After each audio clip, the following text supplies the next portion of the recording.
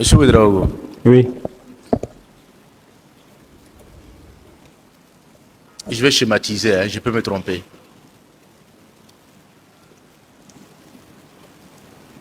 Nous avons ces pièces qui sont là. Vous avez envoyé une quantité donnée à FADA en vue donc de ravitailler la population. La quantité, elle est connue. Le prix est connu. Vous avez tiré un chèque d'un montant supérieur à ce qui a été fait. En principe, si vous devez justifier, c'est seulement de ces pièces qu'on a besoin.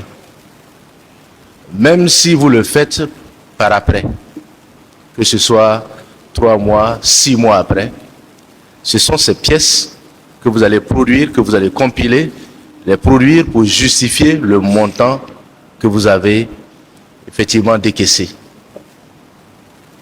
Mais entre le chèque qui a été tiré et dont la provision a été récupérée, il y a un gap, tout simplement. Comment est-ce que vous réussissez à justifier ce gap-là avec ces seules pièces?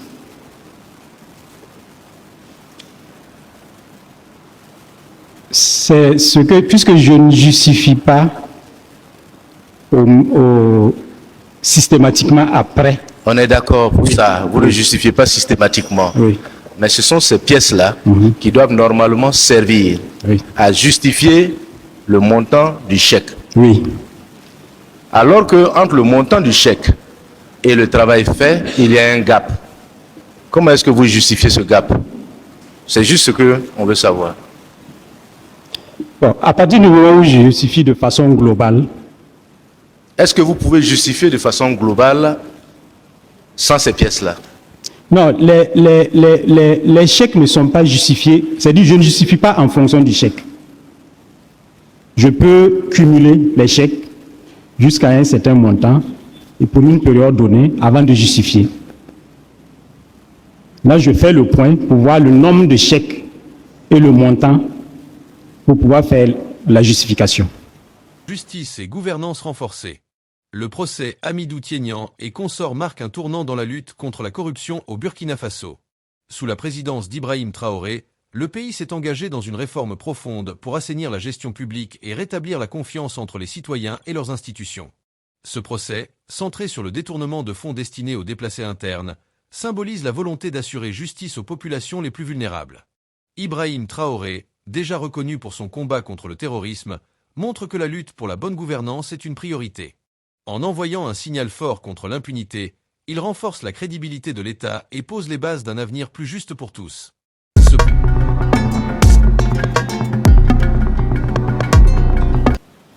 C'est bon, je peux intervenir. Que ce soit en janvier que vous procédiez de la sorte, que ce soit en décembre que vous procédiez de la sorte, peu importe la période, les montants cumulés des chèques dépassent nécessairement les pièces justificatives. Oui. Comment est-ce que vous justifiez donc le gap?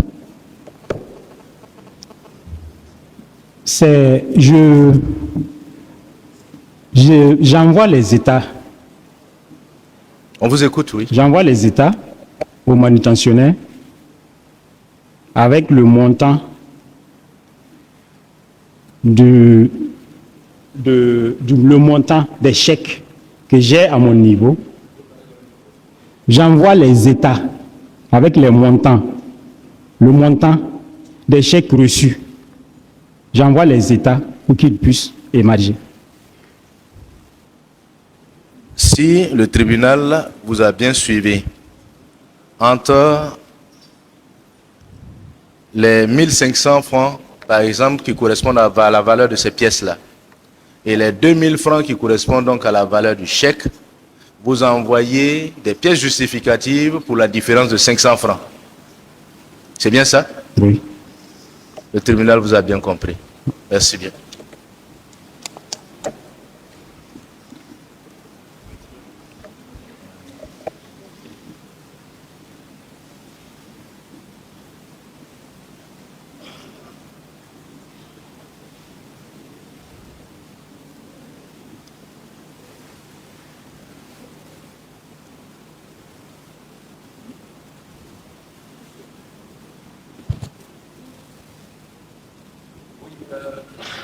Le conseil veut intervenir? Monsieur le Président, si vous permettez, sur cette question-là, je vais revenir et, je ne sais pas, peut-être poser question et faire observation à l'endroit de mon client. Monsieur Ouedraogo Salifou, c'est une question, la question du faux, j'ai compris votre entendement du faux. Nous avons aussi notre entendement du faux, juridiquement parlant. Oui. Mais restant dans votre logique, est-ce que la justification de la manutention, comme vous expliquez, Oui. ce n'est pas fait au cas par cas, mais longtemps après?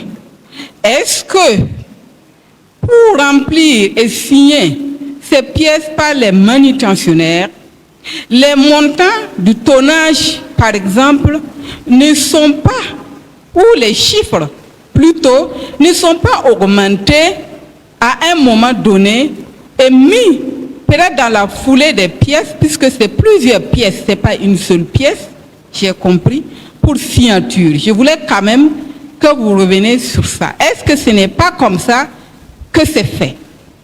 Oui, c'est ce que j'ai expliqué. À partir du moment où ce n'est pas au même moment que la prestation a été faite, c'est après,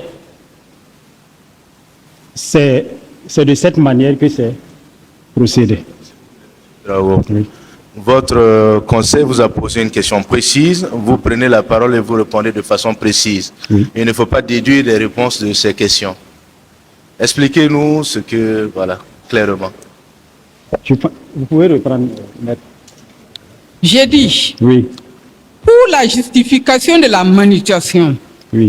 parce que nous avons tous écouté, lorsque Est-ce que vous le faites greffe une nous suit? manutention, Allez-y. est-ce que quand vous faites une manutention normale pour une valeur de 10 millions de francs CFA, Oui.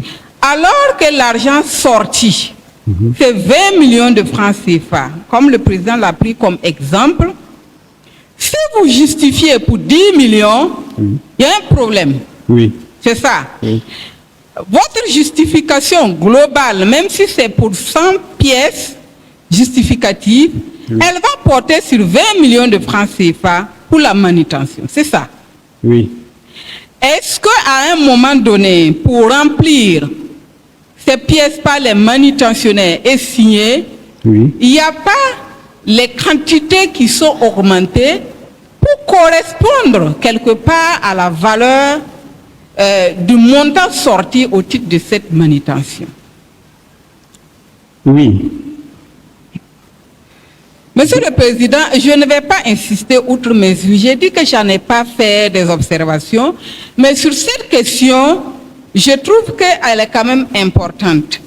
C'est vrai que mon client a sa compréhension du faux, mais en réalité, dans le cas d'espèce, ce n'était pas justifié au cas par cas, mais il va sans dire que lorsque les manutentionnaires remplissent les fiches, c'est une activité pratiquement journalière.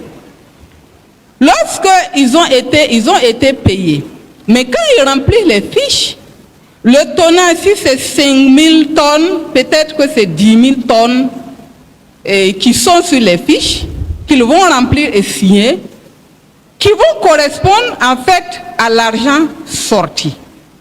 Je pense que c'est cela que mon client explique comme étant une justification globale.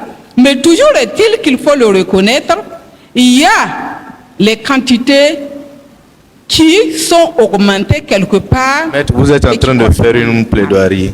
Non, ce n'est pas une plaidoirie. Voilà. Je Si voulais vous- clarifier cette s'il vous plaît, question-là avant d'arriver. Vous aurez la plaidoirie. parole à l'instant venu pour agir sur cet aspect-là. Ok.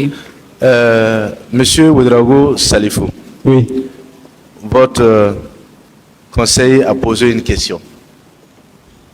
Est-ce qu'au moment donc de la justification des fonds débloqués, c'est sur la quantité, le tonnage, qu'on revient pour pouvoir effectivement combler le gap, ou alors est-ce que ce sont donc des pièces que vous faites remplir pour pouvoir justifier les gaps?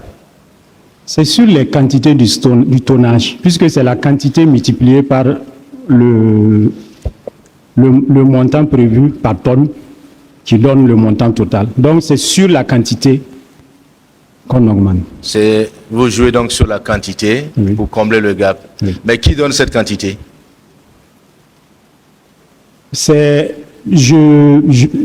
La question, elle est aussi simple. C'est moi qui donne les quantités. Merci bien. Merci bien. Vous entendez réagir? Ce ne serait pas une réaction, certainement, c'est des questions que je veux poser, ce n'est pas mon client. Merci, Monsieur le Président. Monsieur Ouedraogo Salifou, Oui. c'est vraiment pour comprendre le système de fonctionnement des justifications.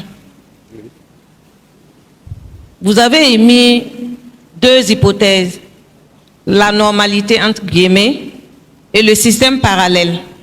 Donc, quand il s'agit d'un besoin exprimé normalement, qui a été payé, je suppose que c'est les mêmes états que vous faites remplir par les manutentionnaires qui reviennent à votre niveau, c'est ça? Je vous donne un exemple. J'ai vu une fiche comme ça. C'est un état d'émargement. Oui. Voilà. Vous avez expliqué que c'est les manutentionnaires qui remplissent la fiche. Mais au retour de la fiche, je vois qu'il y a 3 signatures. Oui. Pour justifier une vraie dépense, je présume que toutes les 3 signatures doivent y figurer. Oui. D'accord. Maintenant, pour les dépenses parallèles ou les justifications parallèles, vous avez expliqué ici que le DGF vous appelait pour exprimer des besoins. Lesquels besoins se traduisaient donc par le fait pour vous d'aller toucher des chèques et de lui ramener de l'argent. Pour ces cas de figure-là, Oui. comment ça se passe pour les états d'émargement? Pas ce que les manutentionnaires remplissent, mais pour la ligne des signatures. Est-ce que toutes les 3 signatures aussi sont obtenues quand le DGF vous envoie? Oui, c'est obtenu parce que, comme je l'ai dit, je ne fais pas la part des choses. Donc, j'envoie les pièces justificatives, les états, de façon globale. Et comme il est au courant, il contresigne, bien sûr, après nos signatures. Je dis, je ne fais pas la part des choses comme je l'ai signalé. Donc, quand les pièces arrivent, je prends un exemple pour illustrer. Pour une manutention de 50 millions, une manutention réelle de 50 millions et de 20 millions qui n'est pas réelle. Moi, je justifie pour 70 millions. Oui. Et sur l'État, il n'y a pas de changement. C'est les mêmes co-signataires qui sont en bas. D'accord. J'ai bien compris aussi que vous preniez du temps pour soit transmettre ou en tout cas récupérer les états d'émargement. Oui. Cependant, dans le dossier, en tout cas que nous avons pris au parquet, Oui. nous avons retrouvé 460 exemplaires dûment remplis apparemment par des manutentionnaires, Oui. mais nullement signés par les 3 signataires. Qu'est-ce qu'on peut en tirer comme explication? Pour quelle année? Bon, j'ai ici par exemple le 4 juillet 2023, un du 3 juillet 2023, c'est quasiment la même écriture, mais c'est des noms différents. Oui. On voit nom, prénom, nombre de tonnes, coût unitaire 2000, montant 240 000, pièce d'identité référée, avec un émargement bon, qui semble être fait par un illettré. La signature, en tout cas, semble être faite par un illettré. Sauf que l'explication que je veux avoir, pourquoi on retrouve dans le dossier plus de 400 exemplaires non signés? Qu'est-ce qui justifie que ces exemplaires ne soient pas signés par, je veux dire, les agents? Le parce qu'on a mis registre d'avance SP qu'on assure, Oui. on a mis gestionnaire, on a mis DGF du ministère. Oui. Ces pièces, je l'ai rappelé dans mes auditions, ces pièces ont été retrouvées avec moi parce qu'ils étaient destinés à les instructions. C'est des pièces qui devaient être détruites parce qu'elles n'étaient pas bonnes. D'accord. Parce que si vous remarquez, c'est pour 2023. Alors que 2023, toute la manutention a été justifiée. D'accord. Donc, ces pièces n'étaient plus valables. C'est des pièces que j'ai gardées par devers moi qui devaient être détruites. D'accord. J'ai compris que vous n'avez pas eu le temps de faire cette destruction-là. Maintenant, je voulais savoir, quand il s'agit d'un deal entre vous et M. Tieyan, c'est-à-dire, vous avez parlé tantôt d'un chèque de 10 millions, de deux chèques de 5 millions, de 10 millions, vous avez partagé à égalité. Pour un cas pareil, l'état d'émargement qui revient vers vous, est-ce que le DGF le signe aussi? Vu qu'il n'est pas au courant de ce qui s'est passé entre vous deux seulement. Il le signe parce que c'est intégré dans les pièces globales. D'accord. Parce que par rapport à cette question, j'aimerais que M. Tieyan vienne répondre. Parce que lui, si je ne m'abuse, dans les explications qu'il avait données ici, soit vous l'avez entendu, soit ce n'est pas vraiment sorti, mais moi je le sais. Apparemment, une toute autre explication par rapport à cet état d'émergement au niveau du DGF. C'est vraiment des questions de clarification. Monsieur Tieyan, à la barre, s'il vous plaît. Ah non, vous ne partez pas. Vous restez. Monsieur Tieyan vient vous accompagner. Oui. Oui, maître, allez-y pour Oui, monsieur Tieyan. Oui, Je maître. pense que vous avez expliqué ici que pour les pièces, les états d'émargement, quand ça revient à votre niveau, la CONASUR signe, vous signez, maintenant c'est le DGF qui signe en dernière position. Et vous avez dit qu'à ce niveau, le DGF n'a jamais signé ou n'a pas signé. C'est exact? Effectivement, en 2024, les pièces que Salif a envoyées, oui, c'est en 2024, DGF dit d'abord d'aller signer avant d'envoyer. Et moi, j'ai déposé dans mon bureau, je n'ai pas signé. Donc, ce sont ces pièces, mais Salif a signé. Ce sont ces pièces qu'ils ont vues après dans mon bureau. Et je ne sais pas ce qu'ils sont allés raconter à DGF que je fabrique des pièces. Je dis, je ne fabrique pas des pièces, c'est des pièces du CONASUR que Salif a envoyé, que DGF a ordonné d'aller signer avant, parce que c'est beaucoup de pièces. D'accord. Je pense que j'ai compris. Je vous remercie, Monsieur le Président.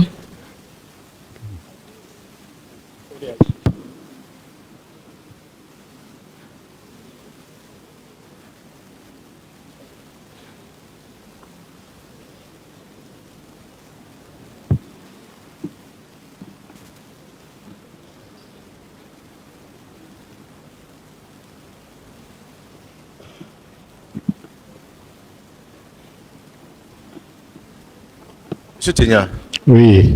vous pensez avoir remis combien à Monsieur Ouedraogo Salifou? Bon, franchement, sur cette question, je sais que tout ce qu'il a eu à toucher en 2024, là, ça fait 420 millions. Tout, le tout y compris.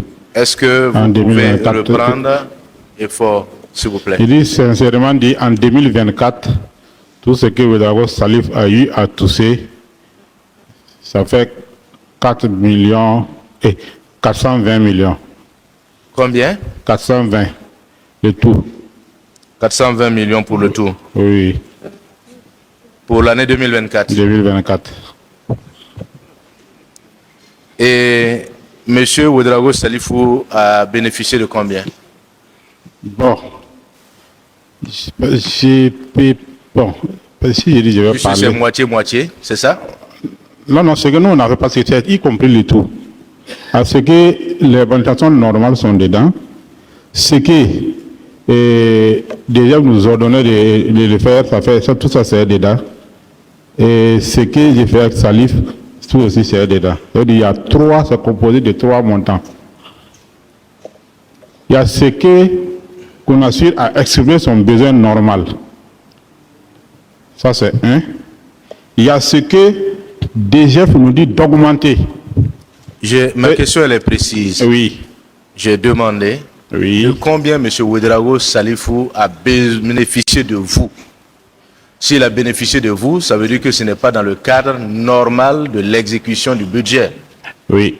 Il a bénéficié de combien? Bon, je n'ai pas eu à faire la part de ça. Ça, je vais pas Vous mentir. devriez normalement nous donner des montants aujourd'hui. Oui. Vous avez pu calculer? Oui, mais je me suis rendu compte que je n'avais pas le relevé de compte avec les montants et avec les différents noms. Donc, c'était le montant. Et j'ai pu calculer le gros marché que j'ai pu payer, qui s'élève à 8 milliards et quelques en 2023.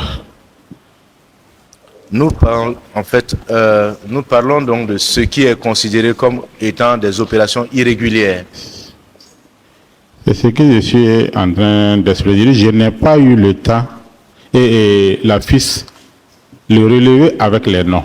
Je n'ai pas reçu ça, mais je croyais que j'allais avoir ça avec maître, mais je n'ai pas reçu. Ce que j'ai reçu, ce n'est pas avec les noms, Monsieur le Président. Okay.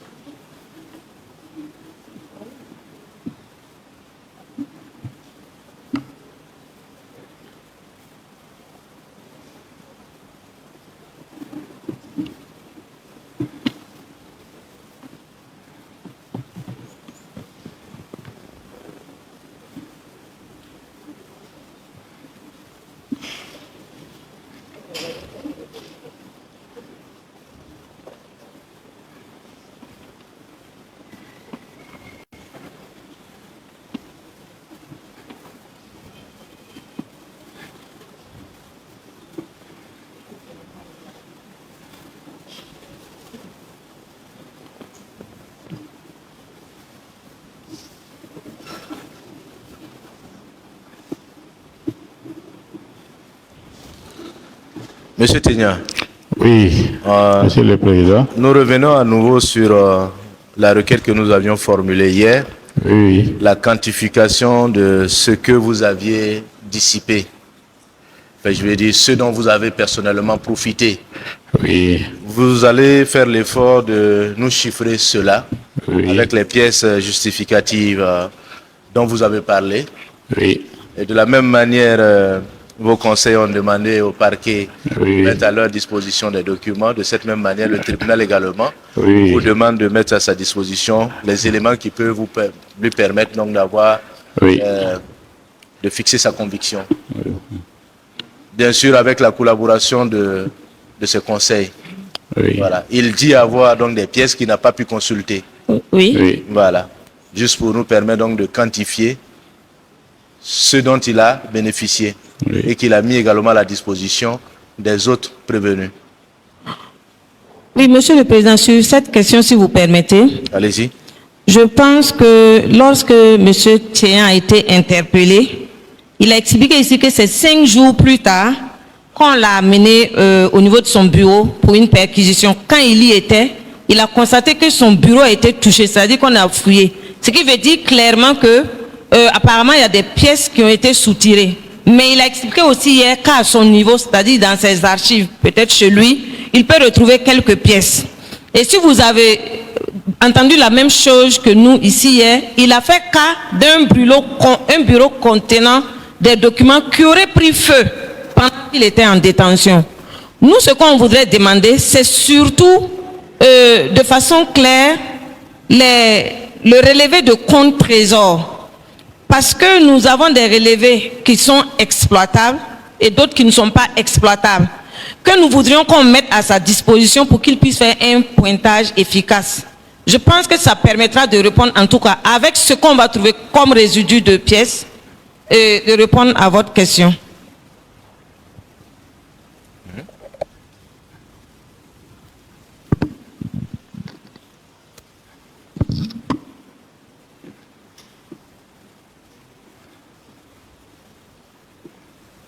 Le tribunal pense que c'est un travail de collaboration qui peut être mené entre le parquet, l'agent judiciaire de l'État et le prévenu. Parce que tout le monde a intérêt à ce que les montants soient quantifiés de façon exacte. Le parquet, l'agent judiciaire de l'État, le conseil des prévenus, avec certainement l'assistance donc de RENLAC. Vous pouvez coordonner cela parce qu'il vous appartiendra à chacun de justifier ce que vous prétendez. Je pense que c'est bon. Nous sommes d'accord, Monsieur le Président. Oui. L'agent judiciaire de l'État, vous êtes d'accord? Oui, mais comme j'ai la parole, je profite pour indiquer que il faut bien qu'il nous dise quelles sont les pièces qui étaient dans son bureau et lequel bureau a été touché. Parce que c'est trop facile de dire qu'on a touché au bureau et de tout mettre sur ce chapitre-là. Autrement, sur votre préoccupation, nous sommes entièrement disposés et nous allons faire le travail pour que le pointage puisse se faire. Nous avons déjà un travail préliminaire, mais nous allons le renforcer avec un document que nous allons solliciter et probablement obtenir au niveau du Trésor. Ok, merci. Monsieur Théan.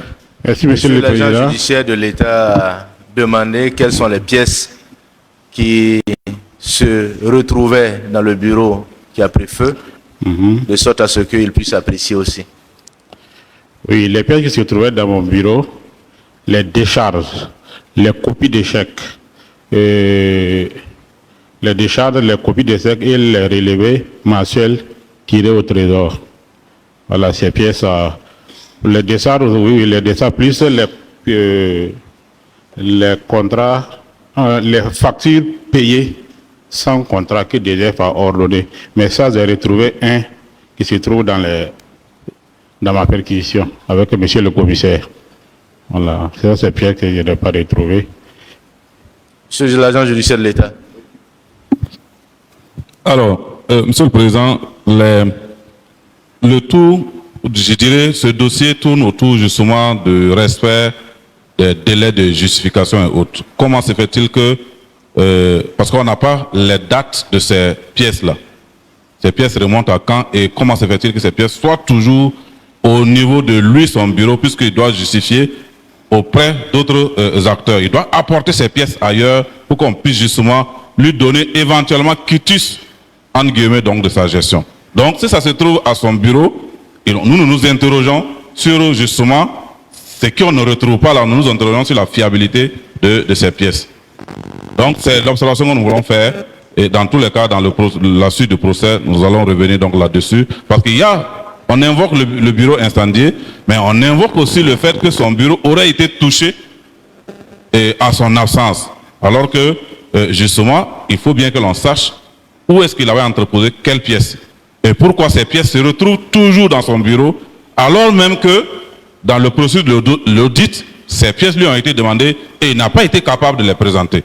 Donc, je pense que c'est juste dans le cas du procès que ces éléments sont évoqués à votre barre cet après-midi. Merci. Monsieur le Président, si vous permettez. Je vais demander au parti de ne pas faire une fixation sur ce point-là. Oui. Le fond du dossier touchant aux différentes préventions qui sont reprochées aux prévenus. C'est une question accessoire qui accepte son importance, mais elle reste accessoire pour le moment. D'accord, je vous remercie, Monsieur le Président. Mais je pense quand même que lorsqu'on demande à toutes les parties de collaborer pour la manifestation de la vérité, il n'y a pas lieu à revenir en arrière parce que je pense que la JE ne répondait plus à votre question, mais revenait sur une accusation qu'elle a faite ici en début de propos. C'est ce que je voulais relever. Nous, on vous dit que nous avons intérêt à collaborer et à trouver les pièces justificatives. Donc, je ne vois pas pourquoi il faut encore revenir pour dire oui, etc. Parce qu'on a compris qu'il y avait un système en place. Voilà pourquoi les pièces n'ont pas été exploitées à l'époque, Monsieur Maître, le le Président. tribunal prend note de vos observations. On va passer sur cette Je question. vous remercie, Merci Monsieur bien. le Président. Oui, vous pouvez vous asseoir. Ibrahim Traoré, déjà reconnu pour son combat contre le terrorisme, montre que la lutte pour la bonne gouvernance est une priorité. En envoyant un signal fort contre l'impunité, il renforce la crédibilité de l'État et pose les bases d'un avenir plus juste pour tous. Ce procès, bien qu'il s'inscrive dans un contexte difficile, reflète une volonté réelle de changement. Pour suivre cette affaire et bien d'autres, restez connectés à Afrique en question. Regardez nos vidéos, partagez avec vos proches et abonnez-vous pour ne rien manquer des événements majeurs qui façonnent notre continent.